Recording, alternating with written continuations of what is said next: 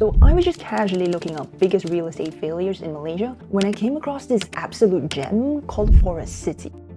A $100 billion futuristic city of tomorrow that was supposed to be the crown jewel of Southeast Asia's urban development. But what we actually got was a complete ghost town. But 8 years on, Country Garden is facing colossal debts and the complex is virtually empty. News reports are describing it as doomed, deserted, and straight up creepy. Like if a zombie apocalypse happened here, the only thing missing would be the zombies. So I decided to go there and investigate this myself because I wanted to know how a $100 billion city got approved, partially built, and then completely abandoned. From a distance, the place actually looked really impressive. Like a futuristic city rising out of the water. But at the same time, something felt a bit off. The carefully manicured greenery didn't really make the city feel alive. Instead, it kind of just added to the emptiness of the place. So as I got closer, I realized that it actually wasn't a complete ghost town. There were cars on the roads, workers maintaining the landscaping, and everything was kind of clean and well kept. But the residential towers were mostly empty. Like this main one called Carnelian Tower, it was supposed to be a luxury serviced apartment filled with life. Yet it looks completely unoccupied. An article published by the BBC mentioned a previous resident actually saying that they were lucky to have escaped this place when they moved out. But okay, quick break. I have something embarrassing to admit. It was my first time ever filming in public and I forgot to turn on my microphone. I know, rookie mistake. So please excuse the clips where my lips don't match the words that I'm saying. I had to voice over these clips. But I'll get better in my future videos. Right, back to the story. Next, I checked out the water park. And to my absolute surprise, the place was packed. A crowded water park, kids screaming, families enjoying themselves. Like low-key, I was kind of convinced that everybody there might have just been a paid actor. Like look at this, there are people everywhere. There was even a little train ride going up and down the public pathways. Like honestly, I felt like I was in Disneyland for a second there. Everywhere I went, there was people. And just across the water over there, that's Singapore. There was even a live music band. And I think in this instance right here, you guys can be glad that my mic was off and did not capture the sound that was playing. Trust me on that. And this was the time I finally got to somewhere quiet and I was just saying how blown away I was by everything I just saw. But I guess to be fair, it was the school holidays. So I think it's safe to say that Forest City is a pretty popular holiday destination, even though no one lives there. Next I went to KK, which is a convenience store, to buy a butterscotch bun, which is the moment I realized that my mic wasn't turned on this entire time. So I had my mic off this entire time I've been filming. I guess it takes a little bit of food for your girl to get her clarity moment. They've really designed every single space here to look and feel like you're in a forest. And this is one of the cool things that you can do here. You can rent these like scooters.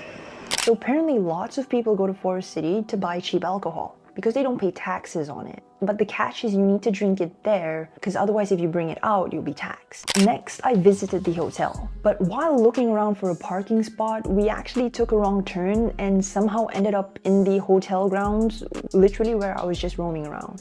So we somehow managed to infiltrate the hotel grounds with our car. Pretty sure that we are not authorized to be here. And sure enough, Mr. Security Man came whistling at us from miles away, telling us to turn around and get out. Whoops. If you ever go there, please don't infiltrate the hotel grounds with your car, okay? Eventually, we found the parking spot. The hotel lobby was pretty grand. It didn't feel very cozy though. And in the hotel compound, there were even these yellow bikes that you could rent out. And then I came across these famous steps to nowhere that I've been seeing everywhere in my research about Forest City. There's supposed to be a stairway to heaven, and it's meant to look like it goes up infinitely to the sky if you look at it from a certain angle. But if you looked at it from the side, it just looks really random. The steps do get smaller the higher up you go. That made me wonder if anyone's actually fallen from these steps. Because for real, I really almost lost my balance trying to get up there. Next, I visited the sales gallery. And inside the sales gallery was when I started to understand the scale of what was going on.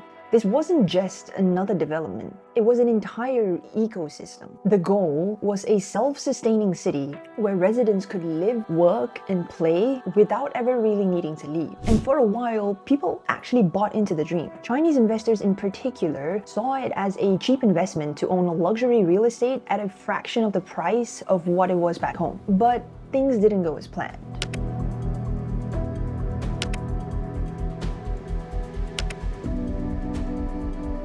So back around 2003, China went into an economic bubble where real estate investments boomed and prices absolutely soared, to the point where most locals couldn't afford to buy real estate anymore. So Country Garden stepped in and marketed Forest City as the perfect overseas haven, a luxury real estate that was affordable. But what happens following an economic bubble? The bubble bursts. So in order to control the bubble, China's government cracked down. They slammed the brakes on real estate incentives. They started introducing high down payments, restrictions on owning multiple properties, and even some new taxes. And they also limited the spending limits on foreign investments, making it nearly impossible for Chinese investors to buy homes in Forest City. They couldn't even if they wanted to.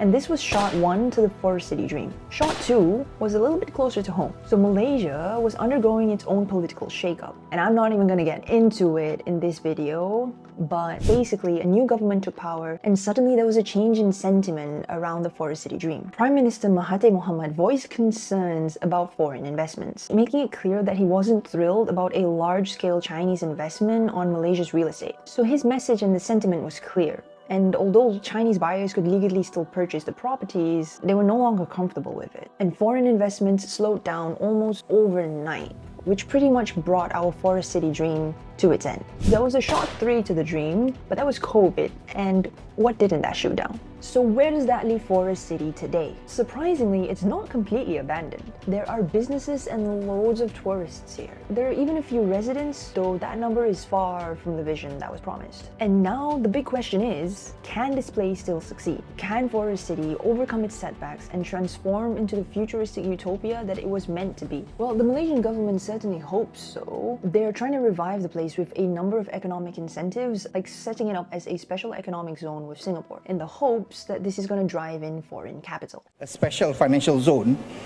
presents a unique proposition as a catalyst for economic development in the southern region of Malaysia, anchored on innovative financial services.